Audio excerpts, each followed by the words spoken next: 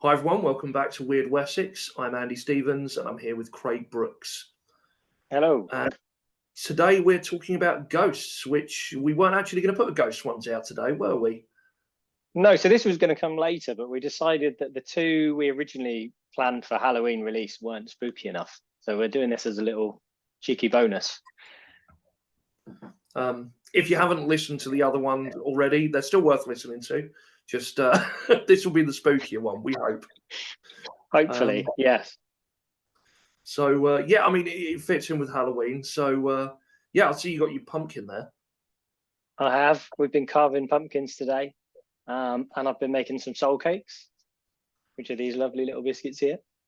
Nice, nice. So if you see me eating throughout the episode, that's what it is. Fantastic. I haven't got any Halloween thing. Actually, no, it's a lie. I'm drinking pumpkin spice tea. You've one-upped me. I've just got normal builder's tea. But well done with the pumpkin. I see you carved inside the lines and everything.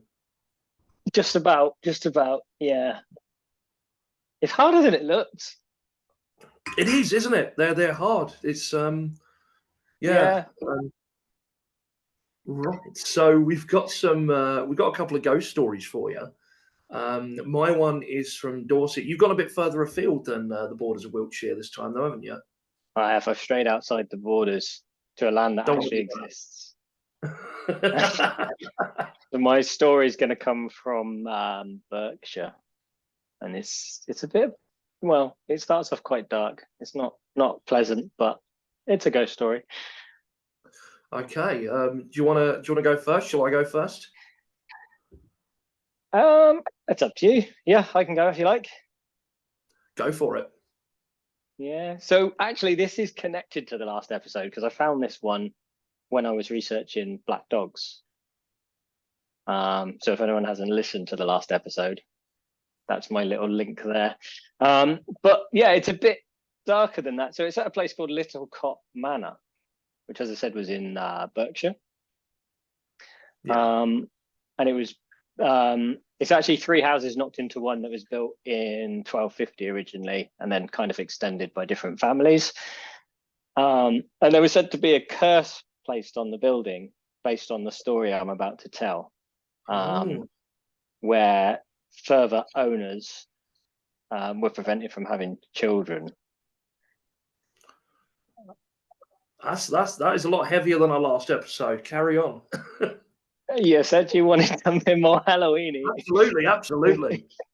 Yeah, so the story itself starts before the ghost. So we'll get into the ghost later, but we'll talk about how the ghosts end up there, I guess, is like the ghost sort of saying, you may be wondering how we got here. Record skip freeze. Yeah. So in this takes place in 1575, and there's a midwife named Mother Barnes, and she's called to help a lady that's in labour, and the lady is masked, and there's a gentleman there as well who's also masked, and for some reason she's the midwife is also blindfolded when she's brought to the case. So they're really trying to keep this one under wraps for some reason. But yeah, so that's everything's fine, delivers the baby perfectly normally, and then it sort of takes a dark twist when the man snatches the baby from the midwife and throws it into the fire and holds it down in the fire with his boot until it's dead. Wow. Yeah. I've got thoughts and opinions, but carry on. Feel free to interject if you've got something to say, but I mean, what else can you add to that? I mean, it's, as I say, it's not a pleasant story, so we'll move on from that, I think. And so the masked man turns out to be the owner of the manor, a guy called William Darrell, who later becomes known as Wild William Darrell. I'm not sure whether that's connected to what he did, but yeah. And the main rumor that circulates after the event is that the lady who gave birth was actually his sister, which is why he was, yeah. But anyway, one way or the other, the midwife manages to report the case to a local magistrate, which leads to Wild Will's arrest. However, he bribes the judge and escapes conviction. So there is sort of some kind of heavenly justice, I guess, happens to him in the end. Is that in 1587, so just a few years later, he's out hunting on his horse when the ghost of the baby appears before him. It startles the horse. The horse throws him off its back, and it breaks his neck and kills him in the process.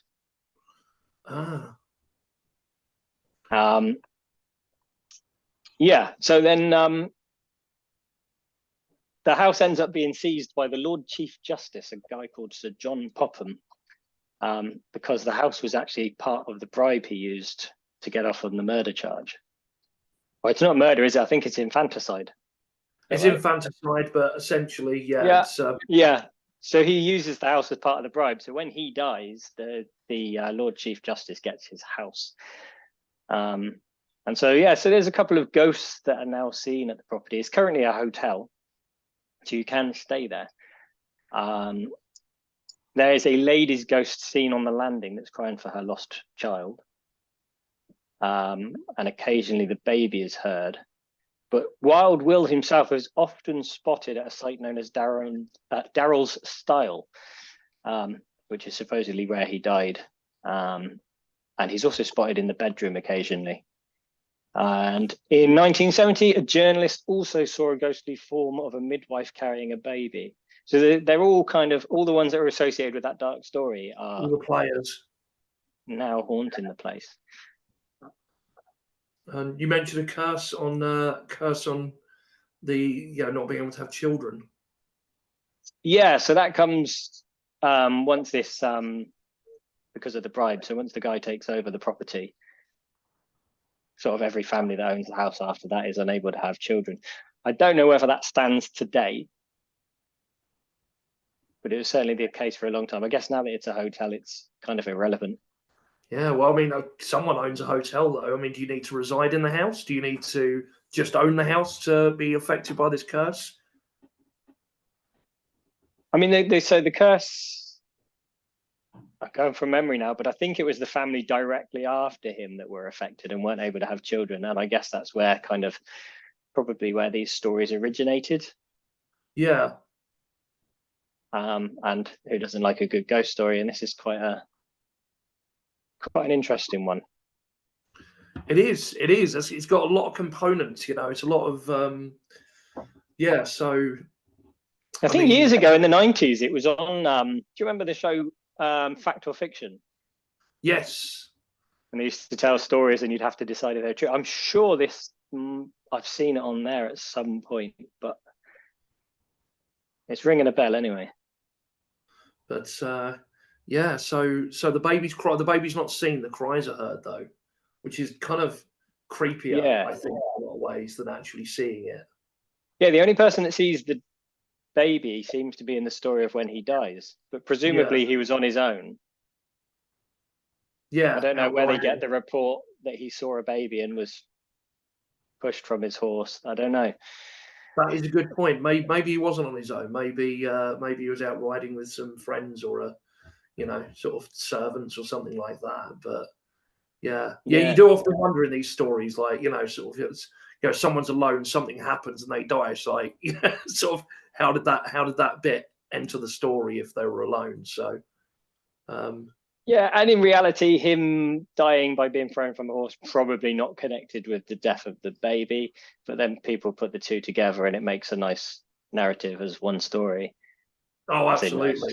I need to avoid words like nice when I'm talking about babies being thrown into fire. I think when you come into like that kind of celestial justice kind of element to it, you can probably get away with using nice. But yeah. It's that to me smacks of the part about the ghost of the baby smacks of people adding that they'd heard the rumors, they heard what the midwife said, and then sort of this Wild Willie, he's forever known as this guy that did this horrible thing to this child potentially born of incest. So, I think a lot of people would just attach that. It's like, he fell from a horse. Well, this must have happened then, because that makes a better fight out tale of it. I think as well, there was another ghost that I've not written in my notes, but there was another case where someone saw the mother, and it's not just like the glimpse of a ghost. She speaks to him. And I think he'd acquired the house and he was clearing a lot of things out. And she started saying about some box that had her baby's things in it. It was in the chapel, and not to remove it. And then later it sort of confirmed he goes to look in the box and it's full of baby stuff. So he makes sure that they don't throw that stuff out, because she threatens a curse on him as well, actually. Wow, that's I'd love a story with a good curse or a couple of curses. It's so he's never actually cursed because he finds the box that she tells him to, and yeah. No, I mean that's I find something in like much creepier about stories when they involve sort of children. I was chatting to a chap that does ghost walks up in Edinburgh Castle, and I asked him at the end, has anything ever happened down here? And he said, yeah, he gave me a few examples, but he said a colleague of his felt a child's hand, hold his hand, and it was cold, and he assumed it was this person on the tour. But he looked and the kid on the other side of the room, and he looked down, there was nothing there. And he said, if that happened to me, that would be the last day I did this job. He said that would be the last. You know what I mean? There is something really. As you said that, I genuinely had the whole someone walked over my grave thing. I just had a shiver down my spine. See, there's something inherently creepier about it being kids. I remember I was a little anecdote here. I was walking along quite late at night with a friend of mine, Ben, and we're just strolling down the street. It must have been 1 a.m, and we hadn't been drinking anything. I'll put that in there. But we were walking down the street, and you do this sort of double take when you see something and you're like your brain just refuses to acknowledge it. It's like, no, that wasn't real.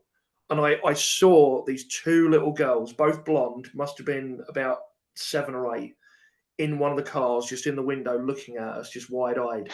And I did this double take, and they were actually there. And literally, I made this pathetic sort of yelp, as did Ben once he saw it, and must have jumped about 5 foot away. And they're just looking at us, and then they just crease up laughing. There were actually kids in that car. It wasn't ghosts. It really creeped me out for that moment. My heart was pounding. It was like they were actually real, or were they? Well, that's it. I've only got those may have been ghosts, but that as you say, there is something really creepy about that. Well, my one isn't quite as dark as yours. It is. It does involve a few elements of unearthly screams of betrayal, of slavery, and it is set in Bettiscombe Manor, which is in Dorset. Now, I think it's great. Excellent. Sorry, bad joke. that was terrible. So terrifying. This story happens in the village of Bettiscombe, and that is sort of more towards the west of Dorset, from me in Bournemouth anyway. And the story actually starts in the 1680s, around the time of the Monmouth Rebellion. So the Duke of Monmouth landed a force, fought a battle, lost, and his supporters were being hunted down. Now, the chap's name, I've written it down because it was an awkward one to remember, is Zyra Pinney. So Zyra here, which is a phenomenal name, he supported the failed rebellion. He wasn't killed for it, though. He wasn't hanged, but he was banished. He had to leave the country. And so he went to the West Indies. And in the West Indies, the Pinney family did quite well for themselves.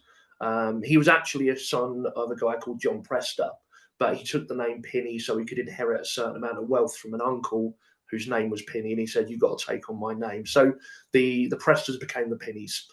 Now, the Pinney branch of this family set up quite well for himself in the West Indies, doing what a lot of English people over there were doing at the time, which was trading in slaves and running plantations. His particular one was running plantations for absentee landowners. They amassed quite a fortune, and after that disgrace had sort of died down, about a century and a half or so later, the family actually started moving back to their holdings in Bristol and in Dorset. And a chap called John Frederick Penny, who was his grandson or great grandson, returned in the early 1800s to Bettiscombe Manor. Now, with him, he brought a slave who was freed because that sort of thing had become illegal here by that point, but there was still sort of an element of indentured servitude to it. Now, this slave did not take well to the British climate, unfortunately, sickened and died quite early on after arriving. Now, he'd been in this family for quite a while under these horrible circumstances, but there was a certain element of trust, I think, that he held, or at least hope that he held when he made his deathbed request, and that was that his body be buried in his homeland. Now, the story doesn't tell whether he was actually a first generation sort of someone who'd been brought over, enslaved and brought, or whether he was referring back to the West Indies. We're not quite sure. But shipping is expensive, whether it's to the West Indies or Africa. And so John Frederick, having promised this guy that he would return his body, went back on it and buried him somewhere cheaper, which was about 10 minutes around the corner in St. Stephen's Church Cemetery. Now, pretty much instantly after he was buried, things started to get weird.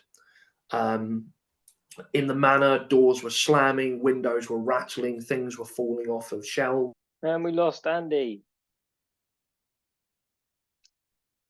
So it was just me.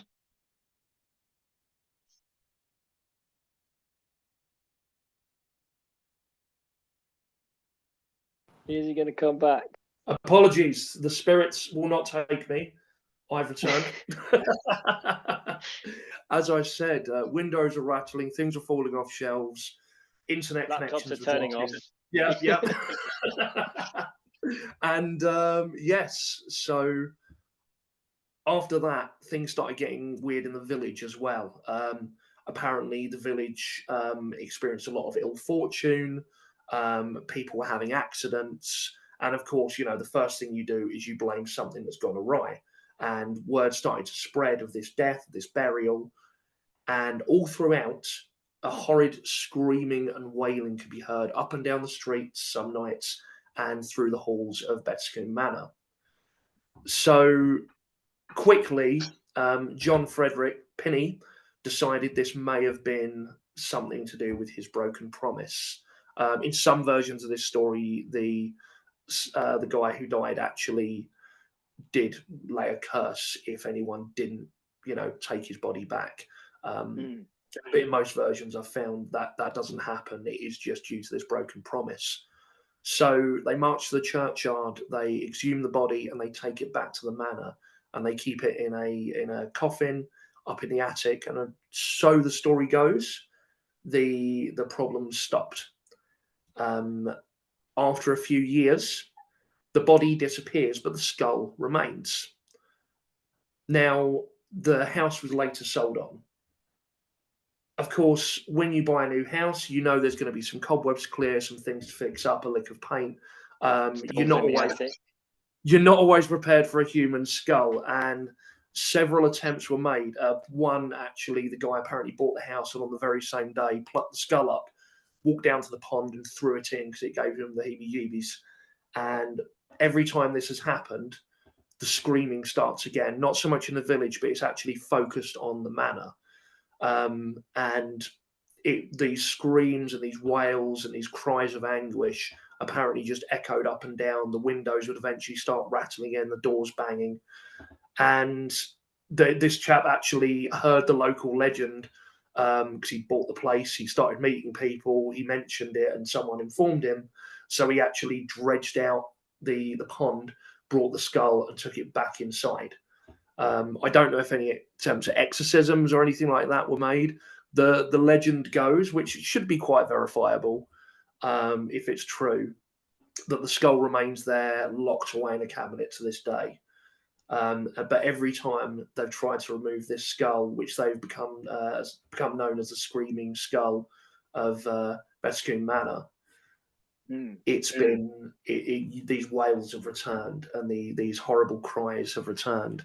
There was a case of an archaeologist in the 60s apparently looked at the skull and determined that it was actually the skull of a woman from about 3,000 years ago, that they think might have been found locally and kept there as sort of like some form of totem or some form of just curiosity. But I don't know. You know, that I've only found that account once, and I didn't see any report on it or anything like that. But yeah, so essentially, this skull, so the story goes, remains in Bettiscombe Manor to this day, and every attempt to get rid of it has always resulted in the same screams and wails, and yeah, just general bad stuff. So yes, that is the screaming skull of Bettiscombe Manor. Now, there are a few screaming skull myths across the country, but that does seem to be the most prominent one. That's interesting. I haven't come across screaming skulls. There's one up in Manchester, I think there's one in Scotland, there's a few in the Midlands, but that was the only one in Dorset or the southwest that I found with a bit of looking. I mean, I was looking for ghost stories. So I wasn't specifically looking for screaming skull stories, but it's interesting. I mean, there is something. I guess it's that when you look at a body or when you look at a skeleton, the skull's the creepy bit, right? The skull's the bit that's unnerving because a face, it's like the uncanny valley thing that we mentioned, where something's a bit similar but not quite. You're seeing, you know, the most recognizable, you know, that is the personification of someone is their face. So seeing that skull leering at you, there is something that I think we attribute that death, you know, that is, you know, you see it in the skull and crossbones on flags and gravestones, you know, it's that symbol of death. I might have to, next time I'm over that way, I might have to have a look at the manor, see if there's any steal the skull. Steal the skull, yeah, that's it. Just the trouble is, if I steal the skull and bring it here, does that bring the curse to me as well as that manor, or? Well, this is the kind of research this show needs to be doing. I mean, yeah, just in your house, not in my house. I was going to suggest mail it to you. I don't know if you can mail human skulls. It's probably not under the rules of Royal Mail. That's a good point. That's a good point. I don't know. Yeah. Maybe some of the other couriers would do it. Just don't tell them. No, I don't want to find a box. I don't need to find a box with a skull in it. Don't do that. Do it this time of year, and people just assume it's Halloween decorations. You know. This is true. Yeah.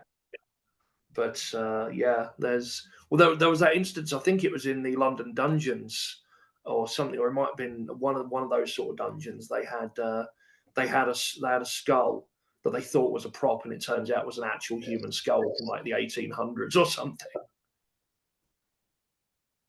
Yeah, that rings a bell. I think I heard that one. You know, you think of all these sort of resurrectionists, you know, like you know, that used to go out and dig up recently buried bodies for medical students, and it was kind of a black market in human remains in the 1800s. There must be so many bodies that were just skeletons that were just sort of unaccounted for and not on the record floating around. You know, sort of, I imagine there's quite a few places. Yeah, it's the old Burke and Hare thing, isn't it? That's it. Grave digging. So yeah, that's I quite enjoyed reading up on that story. Actually, that was, as I said, I'd never really. I know there's like a 50s American horror film called The Screaming Skull. I haven't watched it, but I knew of it. But I'd not heard of that sort of mythology before, so that's definitely going to be something to delve into at some point. It makes me think as well. I've been eyeing up. Have you seen the Aztec Screaming Skulls? No. Have you seen the Ghostbusters Afterlife, the most recent remake? Oh, right. Yes, yeah. There's one in that, and it turns out it's a real thing. Okay, I'll have to look into that. It's like skull shape, and you blow into it, and it makes this hideous screaming noise. Oh, I do know what those are. Yeah. Those, yeah. That's So was that like a religious thing, or was it something they'd use in battle, or something like that? I think it was a war thing. I've only just discovered it, so I haven't had time to look into them properly. But it's like the enemies. It's like the Iron Age carnixes, isn't it? Those huge, like here be flagons. Have 3 of them, don't they? The bad, but yeah, and they sort of they make quite, if they're played well, they make quite a. I just made a farty sound from it when I tried it, but it was terrifying. But if they're played properly, they have real sort of eerie notes to it, and you can imagine sort of 10 of those in a line just blasting out over a battlefield. And same with these screaming skulls, it's got to be quite unnerving if you've never come across them before. And we should probably mention as well, because we've had a discussion before about doing a séance at some point for the show. There's a bit of we're on Halloweeny stuff.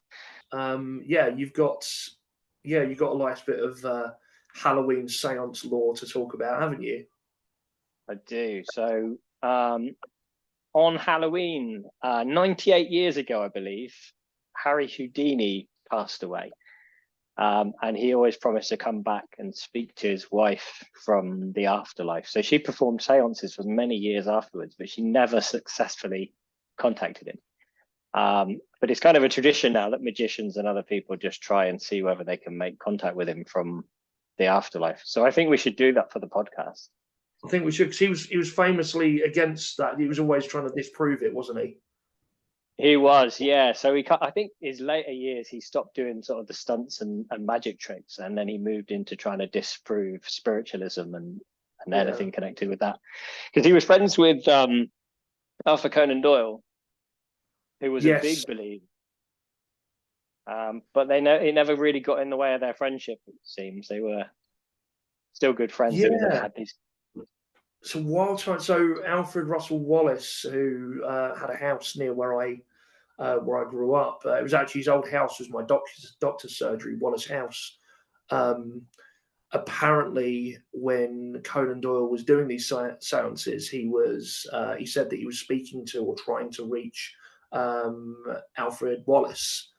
So yeah, that's there's a connection there. So you had a lot of sort of people very much in the public eye that were very big proponents of this sort of thing. An interesting time. It really is. And it's 2 years time is the 100th anniversary. I believe so. Yeah. Yeah. So certainly on that episode in 2 years' time. I don't know if I can wait that long. Next year. We'll do a practice run. Yeah, that's it. Just a dry run. Maybe we'll contact Arthur Conan Doyle. Who knows? That would be funny, wouldn't it? You can't get Houdini, but we get him come through instead. But because as you said, his wife. I heard that his wife was trying to contact him after, and that was every Halloween, wasn't it?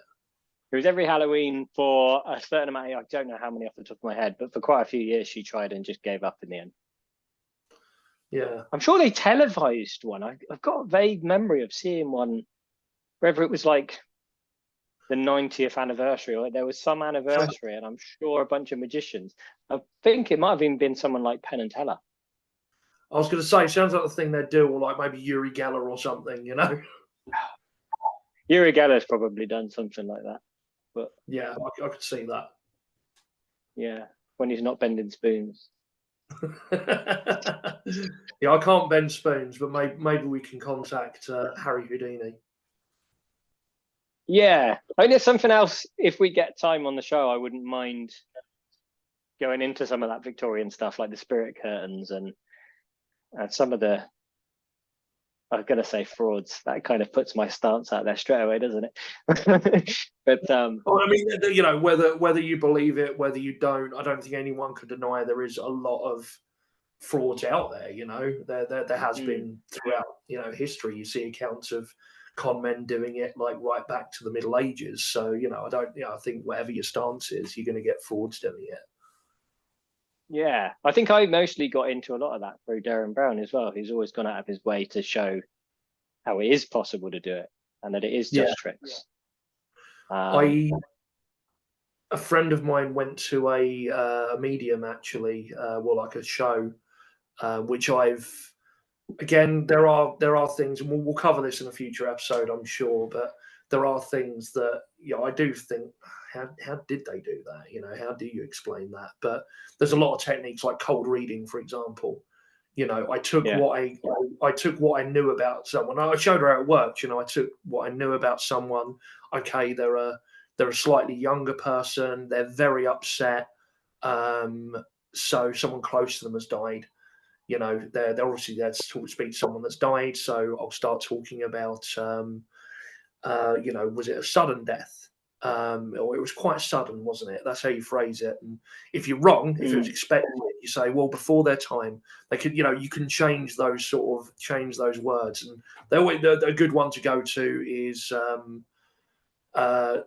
of not to worry about the money, because everyone worries about money, and you think, I was worrying about money, and it's just little things like that. You sort of, and half the time they'll tell you who's died, so you don't even have to do the cold reading for that part. And again, I think Penn and Teller have done that before as well. But I felt really guilty because this woman actually got quite upset because I was like, she kind of had less faith in the whole medium thing after that, and I felt quite guilty about that. But at the same time, it didn't sit so well with me that these the guy, I'm not going to mention names, but the guy actually got proven to be a fraud a little while later. There was it's quite publicly stuff came out about him. So yeah. But yeah, there are certainly some things I've looked at that and watched, and you think, right, that is uncanny. I mean, I'm sure for people that are dedicated, there are ways to find stuff out or ways to do it. But yeah, there is the odd thing out there that, and as I mentioned on the first episode, like certain things, even though I do lean towards skepticism on them, I am always thinking, okay, I'm not sure how that. I'm undecided on that one. So. Yeah, that was the thing with sort of bringing it back to Houdini. Is he didn't just say they're frauds. This is how, they're frauds and they're conning everyone. He literally would perform the same tricks as them. Yeah, side by side, and go, all right, well, this is how I would do it, and I'm making it up, sort of thing. And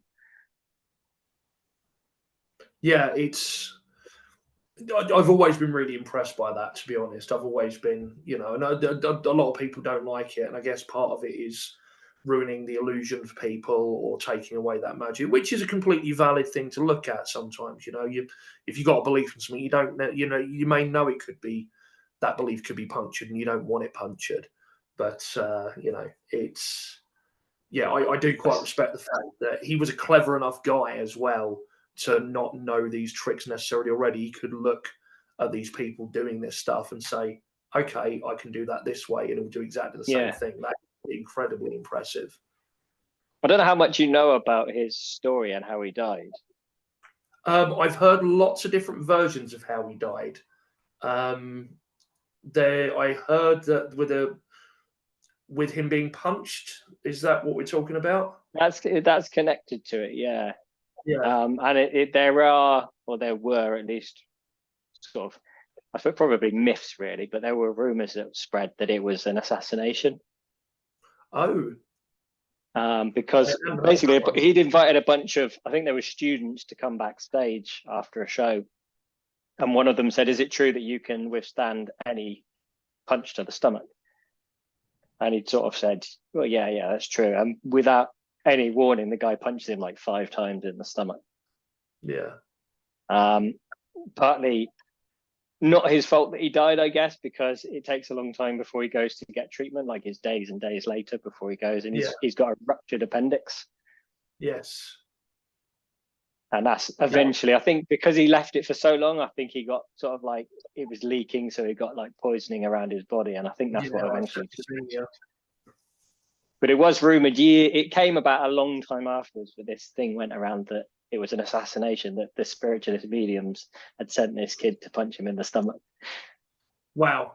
I mean, I kind of like that. Maybe that can go on our conspiracy theories one, but I like that. Like just the idea of this spiritualist medium mob just organising a hit. At the same time, though, it's if you're going to kill someone, you probably want to. There's probably more surefire ways of doing it than having someone punch them in the stomach and hope that one of it's going to do some real nasty damage. Yeah. Yeah, I mean, he did. I gather he did get threats for years that they were going to come for him and they were going to get him beaten up. Yeah, which is where it led to that, I think. But yeah, it's just a bizarre story. And then he tries to come back said he would try and come back if his wife held a séance. Maybe so that's what we're going to do tonight on my laptop. Yeah, I'm guessing we're going to have to get together for that. I'm not sure how well séances work over Zoom. Do séances work on Zoom? If anyone listening knows. Yeah. I believe there was once one on Twitter. Someone tried to do a séance years ago. I was going to say, do you set up another computer for someone else? Or is it just, for like any visitor? Do you? I don't know. We're going to have to look into it. Or we'll have to just do one in the Earth House or something. That's it. It does seem. Don't get my place cursed, man. It's, although Harry Houdini would draw in the crowds, I guess. Yeah. But I'm just imagining this student going up to Harry Houdini now, and sort of the mediums send their regards. Boff, it's. So it makes me think as well whether. I wonder if there's any fraudulent cases, because I'm saying no one's ever successfully done it. Someone must have claimed to have made contact. Oh, I bet loads have. Right, that's research for the next episode. We're going to update on that on the next episode. And you think like if he comes through, you get like sucked to the stomach. You're like, oh, and I can't breathe. And That's it. Because there was that film about him, like a fictionalized version of his life, where the same thing happens, but he dies during.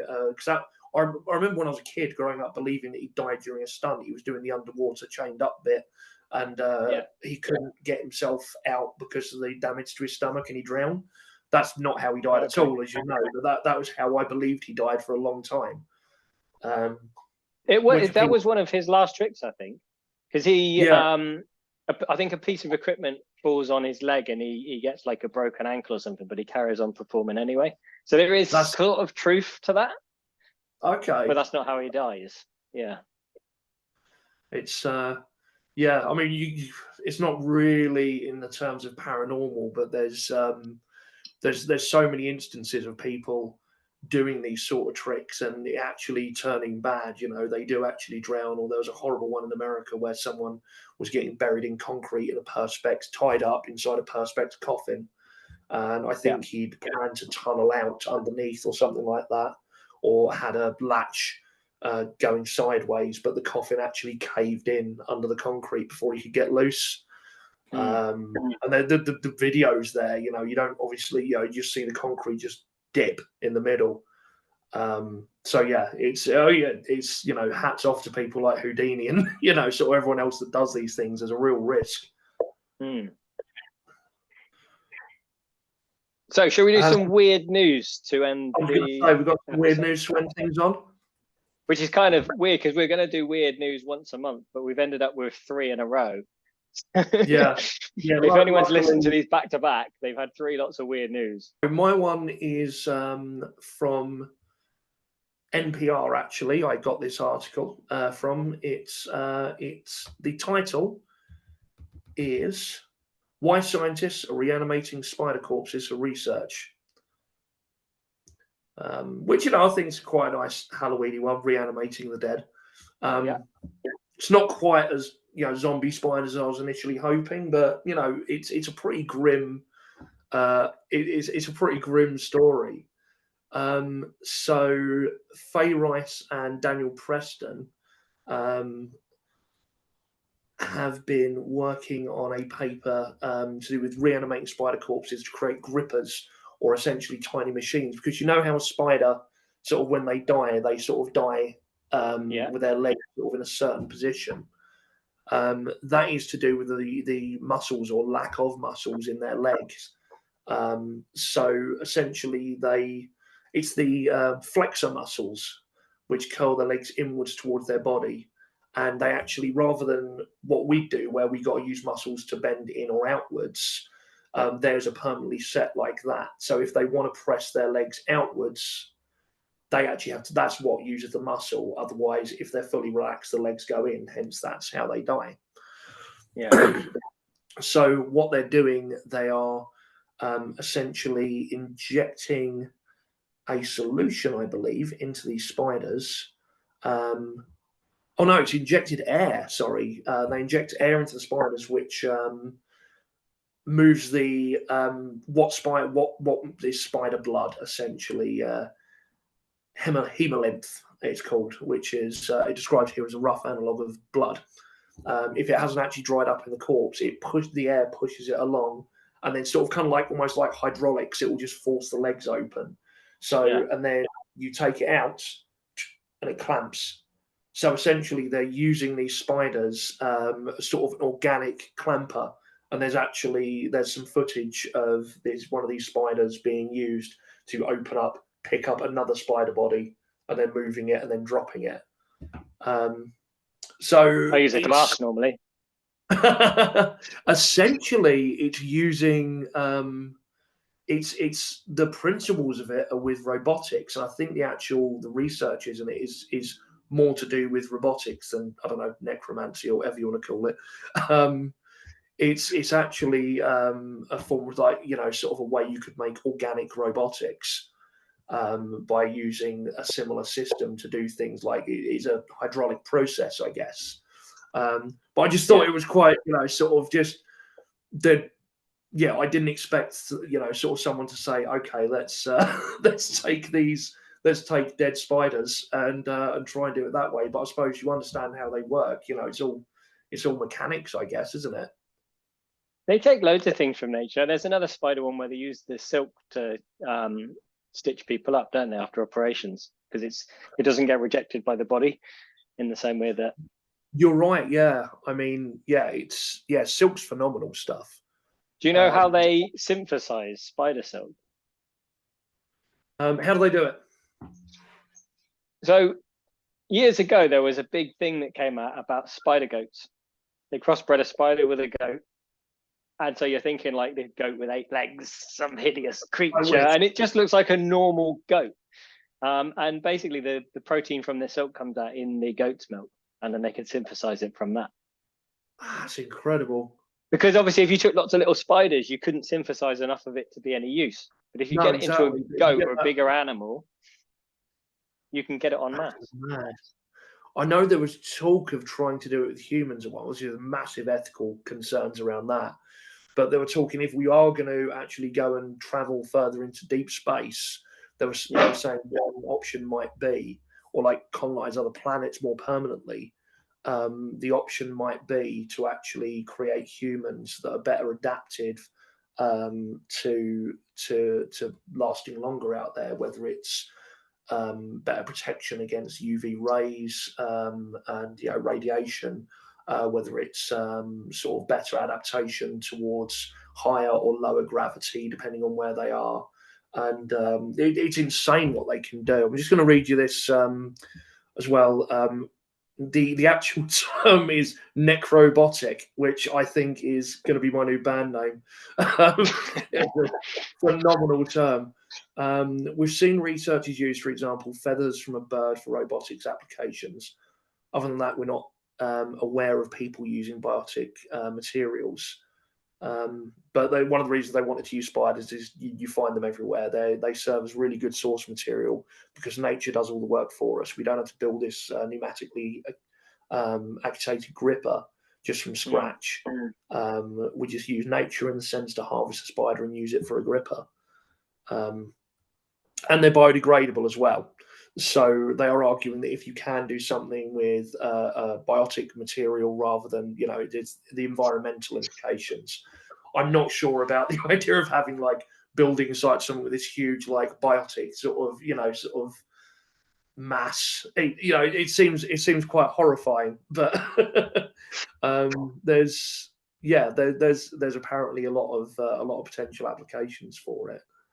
Um, but just the idea of using that research to sort of then feed on to other applications and actually doing something with it, it's I don't know, I'm not sure how far it will go, but I thought the idea was quite cool.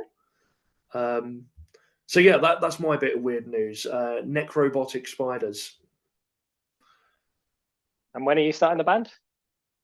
I don't know. I need to learn how to play an instrument first. But I figure the hard part. Yeah, hard part's done. We've got the name.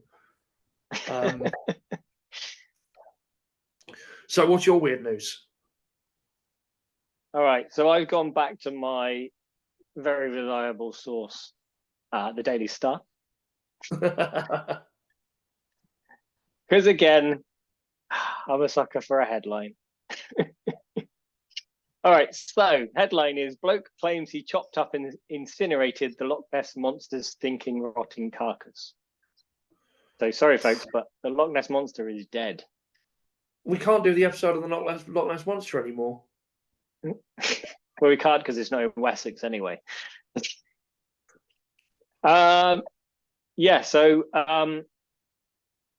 This was something that came about because a guy contacted Inverclyde Council with a freedom of information request. And so this isn't something that's happened recently. This was something that happened in 1942. So the story goes that the man and another bloke found a carcass of an animal, the like of which neither of them had seen before. I decided to dispose of the carcass before the smell became really offensive, and this had to be done before the tide flowed again. The carcass was cut up into manageable pieces and removed to the town's incinerator grounds. The remains were buried in the grounds of the town's incinerator. And he's quoted as saying, I had in mind to dig them up at a later date once the flesh had decomposed, but I left Gourock in 1946 and the opportunity was lost. The site where the remains were buried later became St. Ninian's School. But yeah, so this guy has sent a freedom of information request to the council to ask what happened to the remains and the land and if the story was just a story.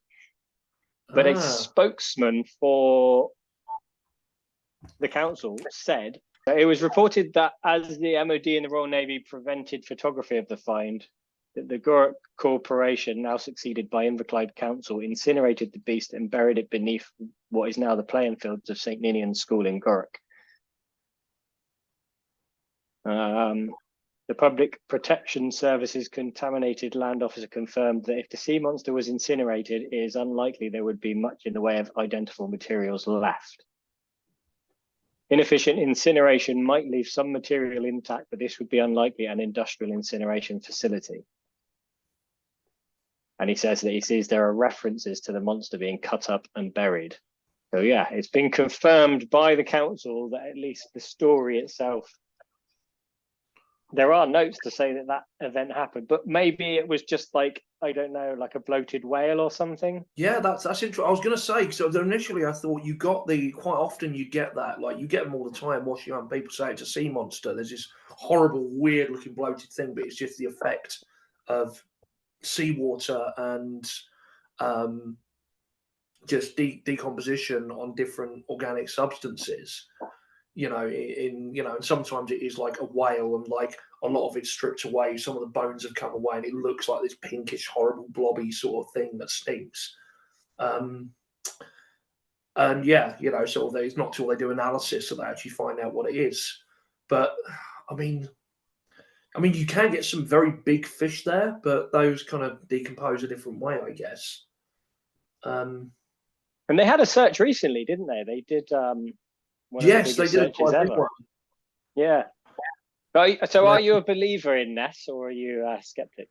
I used to be. I remember like I had this conundrum, this internal like struggle when I was a kid, when I first started questioning stuff that I did already believe. Because I kind of believed in a Loch Ness monster back then, and then I thought, what if it's not real? And then I remember coming to some conclusion, which I kind of still hold to this day in a way. And I was like, 9 or 10 at the time. I hope they never find out because the magic kind of goes if they ever find out, Yeah. one way or the other.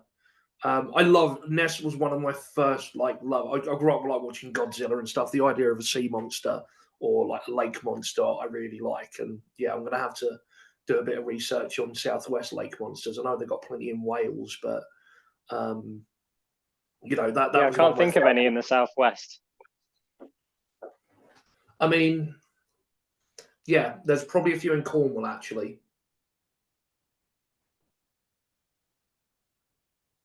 Because back in the But day, up in on Loch Ness, Alistair Crowley used to have a house there, didn't he? yes, he did. So I think there's connections there as well as to whether he'd summoned something. That's very old one, sort of Lovecraftian. Yeah. Um, He used to do all kinds of ritual magic though, and I think there was a rumor. I think that he'd performed some ceremony and got called away and didn't sort of close it at some point. Something came through. Yeah. So maybe we should find out whether Crowley came down here and try and do some Crowley Wessex stories. Should. Well, I mean, there's a lot of the New Forest has a lot of sort of magical lore when it comes to things like witchcraft and ritual. I won't give too much away because I think that will probably do us up for a whole episode. But it's one of the birthplaces of Wicca for a start, really. It's got a lot of connections there. But yeah, no, going back to your Loch Ness monster, I don't know. I used to be a believer, more of a believer, but I don't know. Sort of. There's always that. Realistically, it's nothing. But that I remember on that recent search, right, reading that they'd like found like sonar shapes down there they couldn't explain and stuff like that. Because I think it's nearly a mile, isn't it? Nearly a mile deep at its deepest point, or something like that. So it's 230 meters at its deepest point. Okay, that's pretty deep. That's fit a nice beastie in there. Again, there's something to cover in a future episode, but there is something very sinister I've always found about deep water. I know a lot of people have reoccurring nightmares about being out in open deep water and stuff like that, and what could be below you. Yeah. One of my earliest memories actually was being on holiday in Spain and my dad going snorkeling, and my uncle taking a mickey out of him for not going as deep as he did. And my dad was like, "No, once I can't see the bottom, I don't go there." It's I guess it's sensible when you're in the Mediterranean. You do get sharks and barracudas and stuff like that. Literally a week later, I think someone was attacked by a shark. So, but yeah, I think it's kind of like dark woods. We're sort of conditioned to be a bit iffy about deep water because not only have you got the risk of drowning, but it's yeah, it's got a kind of extension of that dark unknown, I think, Yeah. Yeah, you can't see the bottom, you don't know what's lurking. Then, well, I mean, if there is a Loch Ness monster, it's clearly not something that's going to attack people because no one's ever been attacked by it, right? I mean, no, I think there was a story about someone's boat being attacked or something, but yeah, I don't know. It doesn't seem to be a malevolent creature. no, and it's certainly not craving human flesh or anything, is it? Well, recently there's been a pod of killer whales off the coast of Gibraltar, off the Gibraltar Strait. Apparently, they're attacking ships. They're just attacking their rudders and like just taking out their rudders. I reckon they're causing like millions and millions of pounds worth of damage. Yeah. They think it was possibly an older female that was leading this pod got hit by a ship, and they're sort of she's taught this pod to attack them. Whether it's a revenge thing or whether it's a defense thing, What's your view on that? Well, I was going to just mention as well that because I always thought the Loch Ness monster was a fairly kind of recent phenomena, people reporting sightings of it, but apparently the earliest was in August 565 AD. Okay, I knew it was old. I didn't know it was that old. Yeah, it was written that a type of sea creature had attempted to gulp down a local farmer before being banished back to the water